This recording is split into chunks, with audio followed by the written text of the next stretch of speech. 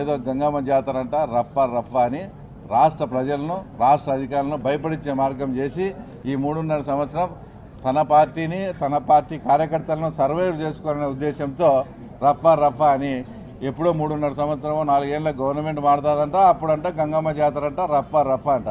ఇప్పుడు ఈ పులివెందులో ఈ ఎన్నిక జరిగినప్పుడు ఈ రఫా బ్యాచ్ నువ్వంతా ఏమైనారని నేను ఈ రాష్ట్ర ప్రజలకు చెప్తా ఉన్నా. ఏంది లేదు, జగన్ది ఉత్త డొల్లతనము, ఉత్తది ఊరికే మేకపోయేది గాంభీర్యము, తన పార్టీ ఉనికిని కాపాడుకునే దానికి రఫా అన్నాడు. కానీ ఇప్పుడు అదే రఫా ఉన్నింటి ఆ రఫా బ్యాచ్ ఏమైంది, పులివెందులో ఇంత మెజార్టీలు ఎట్టొస్తాయని మేము రాష్ట్ర ప్రజలకు చెప్తూ, చివరగా నేను ఫస్ట్ క్లాస్ స్టూడెంట్, నాకు 4.5 లక్షల మెజార్టీ వచ్చింది.